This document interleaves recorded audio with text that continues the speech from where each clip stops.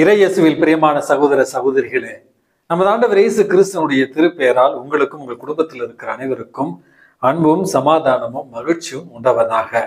அன்புமிக்கவர்களே, December மாதம் 13ஆம் தேதி புனிதர்களுடைய பகுதியில புனித லூசியா அவர்களுடைய நினைவு நாளைத்தான் கொண்டாடுகிறோம்.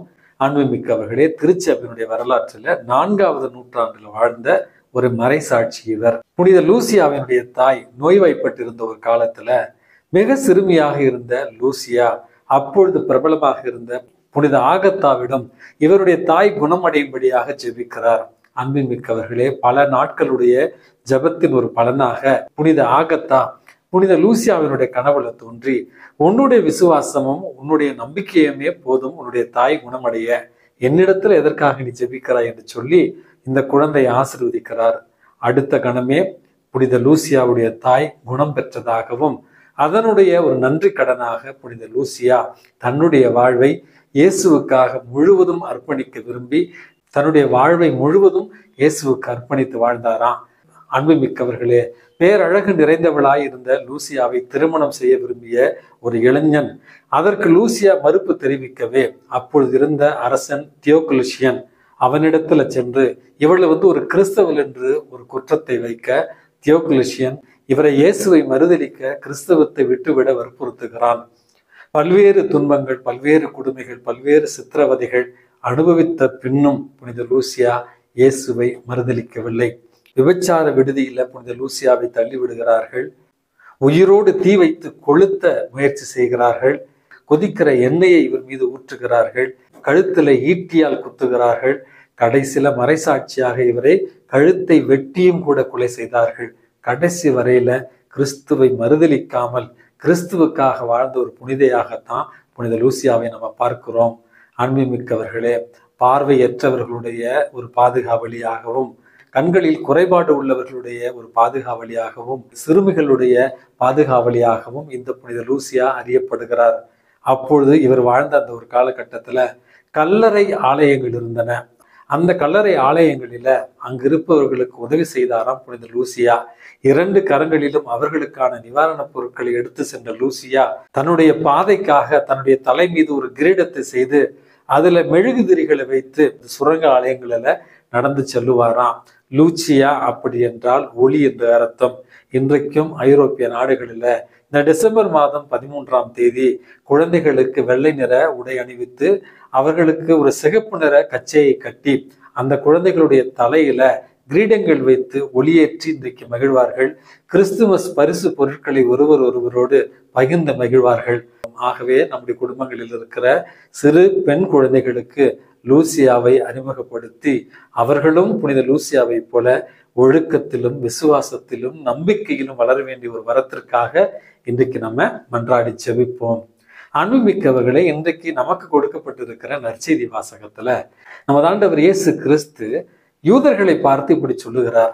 அதாவது, இறுகிய மனம் உடையவர்களாய், மனம் மாறுவதற்கு மறுப்பவர்களாய், கடவுளுடைய செய்தியை ஏற்றுக்கொள்ள தாமதிப்பவர்களாய் அவர்களை காணுகிறார். காரணம், திருமுழுக்கு யோவான் வந்த நேரத்துல இறைவனுடைய செய்தியோடு வருகிறார். அவர் மிகவும் கடுமையான தவ ஒழுக்கங்களோடு வாழ்ந்ததால் அவர் பேய் பிடித்தவர் என்று அவரை குற்றம் சாட்டுகிறார்கள்.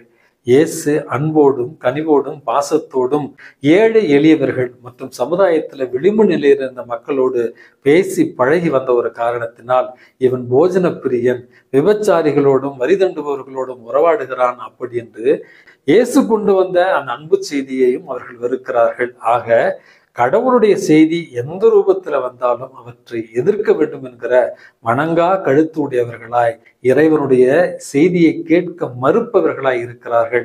அவர்களைத்தான் இன்றைக்கு நமது ஆண்டவர் இயேசு கிறிஸ்து கண்டித்து திருத்த விரும்புகிறார்.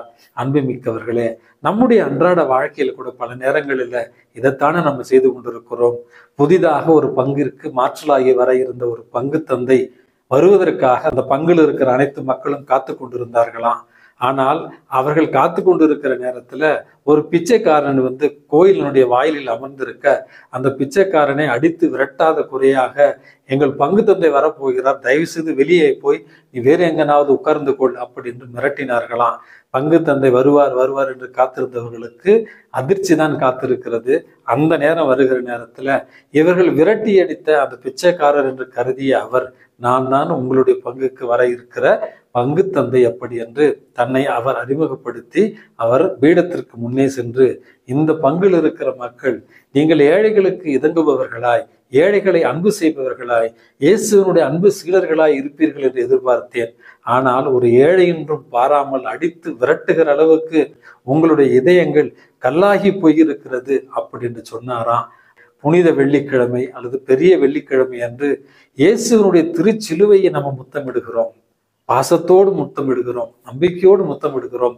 ஆனால் அன்றாடம் வருகிற சின்ன சின்ன சிலுவைகளை ஏற்க நாம் தயாராக இருக்கிறோமா? சின்ன சின்ன துன்பங்கள் வருகிற நேரத்துல கடவுளை பார்த்து, கடவுளே நீ இருக்கிறாயா, ஏன் எங்களுக்கு மட்டும் இவ்வளவு கஷ்டத்தை கொடுக்குறீங்க அப்படி என்று துன்பங்கள் வாயிலாக இறைவன் சொல்லுகிற செய்தியும் நம்ம ஏற்றுக்கொள்வது இல்லை. அன்றாடம் நாம் வாழுகிற இந்த உலகத்துல மனிதர்கள் மூலமாக, இயற்கையின் மூலமாக, அருட்சாதனங்கள் மூலமாக, நம்முடைய ஞான மேய்ப்பர்கள் மூலமாக, குடும்பத்தில் இருக்கிற பெரியவர்கள் மூலமாக இறைவன் அன்பு செய்தியை கொடுத்து கொண்டுதான் இருக்கிறார். ஆனால் நாம் அவற்றுக்கு செவிமடுக்காமல் உலக போக்கான ஒரு வாழ்க்கையை நம்ம வாழ்ந்து கொண்டிருக்கிறோம். அன்பு மிக்கவர்களே, திருவருகை காலத்துல இயேசுனுடைய பிறப்பிற்காக காத்திருக்கிற நாம், இறைவன் இயற்கை வாயிலாக, நம்முடைய குடும்பத்தில் இருக்கிற பெரியவர்கள் வாயிலாக, நம்முடைய பங்குகளில் இருக்கிற ஞான மேய்ப்பர்கள் வாயிலாக நம்மிடத்துல பேசுகிறார். அவருடைய அன்பு செய்தியை கேட்டு அவர் வழியை பின்பற்றி நடக்க இன்றே முயற்சி எடுப்போம். எல்லாம் வல்ல இறைவன் தந்தை, மகன், தூய ஆவி உங்களையும் உங்கள் குடும்பத்தில் இருக்கிற அனைவரையும் நிறைவாக ஆசீர்வதித்து பாதுகாத்து வழி நடத்துவாராக. ஆமென்.